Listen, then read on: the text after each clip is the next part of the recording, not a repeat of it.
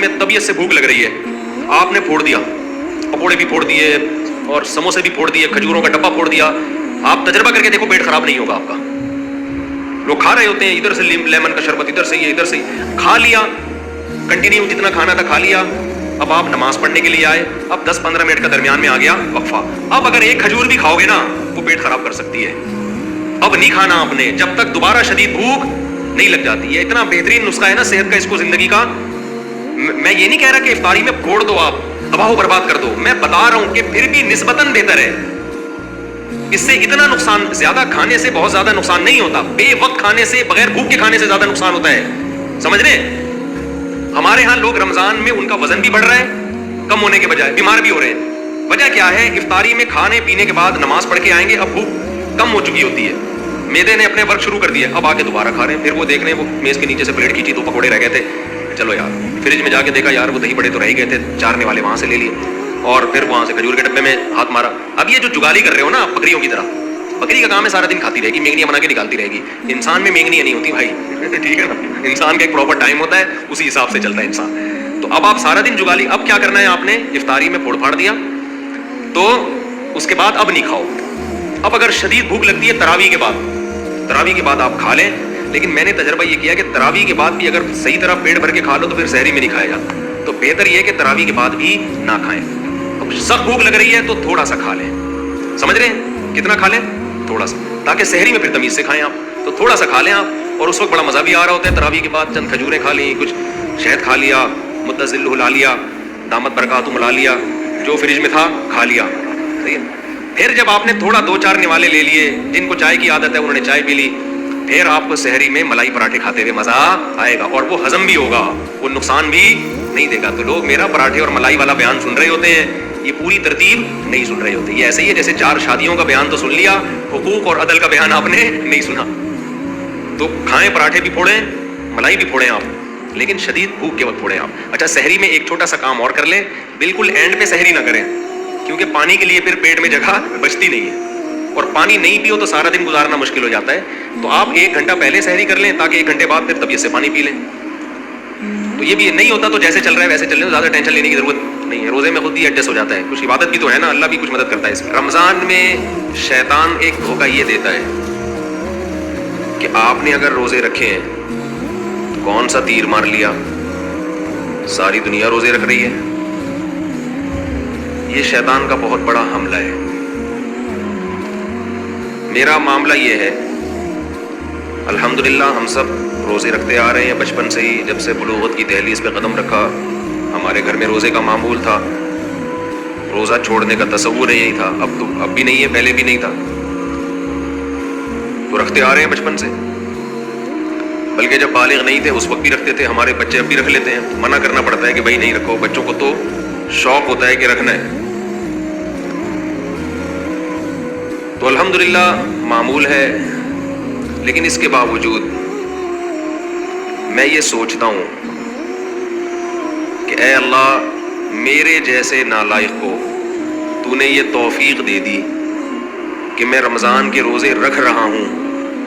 یہ تیرا مجھ پہ بہت بڑا احسان ہے. انسان یہ سمجھے اپنے بارے میں کہ صرف میں ہی گویا رکھ رہا ہوں, مجھے باقیوں سے غرض نہیں ہے وہ کیا کر رہے ہیں. میرے اوپر تو بڑا احسان ہے اللہ کا. ہم تو نالائق ہیں بھائی. عام دنوں میں ایک روزہ رکھنے سے پہلے 10 دفعہ سوچتا ہے انسان, کل رکھوں کہ نہیں رکھوں.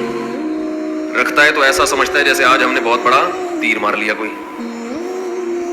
اور رمضان آتا ہے, ہم جیسے مجھ جیسے نالائق کو اللہ توفیق دے دیتا ہے 29 یا 30 روزے رکھنے کی. 30 کی تو 15 سال ہو گئے, کوئی رپورٹ ہے ہی نہیں, 29 ہی ہوتے ہیں پاکستان میں. 29 روزے رکھنے کی اللہ ہم جیسے نالائقوں کو توفیق دے دے. تو بھائی میں تو اپنا معاملہ اللہ سے دیکھتا ہوں کہ مجھ سے تو نے اتنی بڑی نیکی کروا لی. مجھے کیا پتا بھائی قدیر بھائی کیا کر رہے ہیں, شاکر بھائی کیا کر رہے ہیں, رفیع بھائی ہیں, یہ تو روزہ رکھ کے پتہ ہی فرق ہی نہیں پڑتا ماشاءاللہ. روزے میں بھی ایسے ایسے گھوم رہے ہوں گے یوں کر کے. آپ دیکھ لیں کبھی ان کو آ کے. روزہ رکھ کے نا عصر کے وقت سب مرجھائے ہوئے ہوتے ہیں کراچی میں. بعض دفعہ انسان اتنا فریش ہوتا ہے کہ لوگ سمجھتے ہیں کہ اس کا ہے ہی نہیں. یہ ہمیں یقین ہے کہ رکھتے ہیں. تو میں تو یہ دیکھتا ہوں کہ میرے جیسے نالائق کو اللہ نے توفیق دی, میں تو اس پہ خوش ہوں.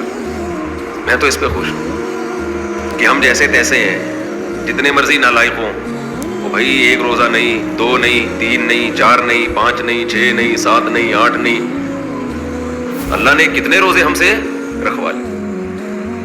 ایک دل میں راحت محسوس ہوتی ہے، خوشی محسوس ہوتی ہے. ہاں تھوڑا سا یہ خوف بھی ہونا چاہیے، تھوڑا سا، کہ ایسا نہ ہو کہ ہماری کسی بدعملی سے اجر ضائع ہو جائے. یہ خوف بھی ضروری ہے، یہ خوف بھی، تاکہ اترائے نہیں انسان. لیکن اصل تو یہ ہے کہ یہ کیا ہے؟ نعمت ہے. ہمارے نبی صلی اللہ علیہ وسلم سے بھی ثابت ہے، ہمارے نبی اپنے آپ کو موٹیویٹ کرتے تھے روزہ رکھ کے، اپنے آپ کو موٹیویٹ کر رہے ہیں، اپنی حوصلہ افزائی کر رہے ہیں. کیسے حوصلہ افزائی؟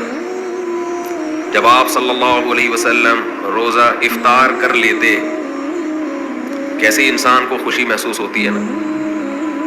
آج خوشی اس لیے نہیں ہو رہی کہ سحری میں 3 پراٹھے پھوڑے ہوئے ہوتے ہیں، پھینیاں کھجلے کھائے ہوئے ہوتے ہیں، وہ کی نہیں لگ رہی ہوتی.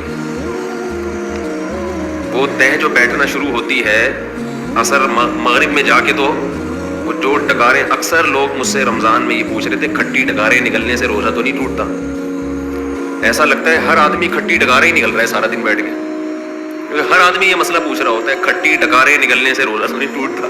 اب بھائی تو کیا ڈکاروں کے علاوہ اور کوئی کام نہیں ہے کیا؟ بہرحال یہ تو میں ایسے ہی کہہ رہا ہوں، لیکن جتنا مرضی 3 یا 4 بھی کھا لو تو بھی بہرحال انسان ایک مجاہدہ کرتا ہے.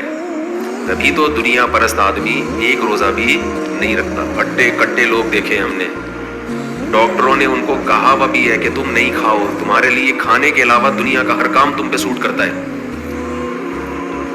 پھر بھی روزہ نہیں رکھتے. ان سے نہیں رہا جاتا 2-4 گھنٹے بھی کچھ کھائے پیے بغیر. ان کو چائے چاہیے، ان کو گٹکا چاہیے، ان کو پان چاہیے، ان کو نسوار چاہیے، ان کو روٹی چاہیے، ان کو کچھ نہ کچھ جانوروں کی طرح جگالی کرنے کے لیے چاہیے، منہ گھومتا رہے ان کا. ہے روزہ خور، آپ دیکھ لو، کھا رہے ہیں، ان سے نہیں برداشت ہوتا. گھر میں سب کا روزہ ہوتا ہے، بوڑھوں نے رکھا ہوا ہوتا ہے. لوگ ہمیں آگے بتاتے ہیں سب کا روزہ ہے، ایک نالائق بیٹا ہے، ہٹا کٹا جوان، اس سے نہیں رکھا جاتا، گھر میں نحوست کا ذریعہ بنا ہوا ہے. تو ایسے ہی صورت میں اللہ اگر آپ کو توفیق دے دیتا ہے تو ٹھیک ہے، تھوڑا خوف بھی ہونا چاہیے کہ پتہ نہیں قبول ہو رہا ہے کہ نہیں ہو رہا، لیکن امید کو، شکر کو خوف پر غالب رکھنا چاہیے. تو میں یہ کر رہا تھا، ہمارے نبی بھی اپنے آپ کو موٹیویٹ کیا کرتے تھے. کیسے؟ حالانکہ ہمارے نبی میں خواہشات پہ کنٹرول کرنے کی بہت طاقت تھی. آپ تو 24 گھنٹے کا روزہ رکھتے بسا اوقات. تو آپ صلی اللہ علیہ وسلم جب روزہ افطار کرتے تو کیا فرماتے؟ ذهب الظما، پیاس چلی گئی. ذهب الظما، پیاس چلی. تھوڑی دیر کی ٹینشن تھی، ہمارے اللہ نے وہ پریشانی ختم کر دی. وبدلت العروق، رگیں تر ہو گئیں. جو خشکی جسم میں تھی، چہرے پہ انسان کی خشکی پیدا ہو جاتی ہے نا، آپ صلی اللہ علیہ وسلم فرماتے ابتلت العروق، رگیں تر ہو گئیں. یہ دنیاوی ٹینشن جو تھوڑی دیر کی تھی یہ بھی اللہ نے ختم کر دی. وثبت الاجر ان شاء اللہ، اور اللہ نے چاہا تو اجر ہمارے نام اعمال میں لکھ دیا گیا. یعنی یہ ہمارے لیے کتنی خوشی کی بات ہے کہ ہمارے رب نے ایک نیکی ہم سے کروا کے جو پریشانی تھی وہ بھی ختم کر دی، اور نیکی کا ثواب ہمیشہ کے لیے ہمارے اعمال میں درج کر دیا.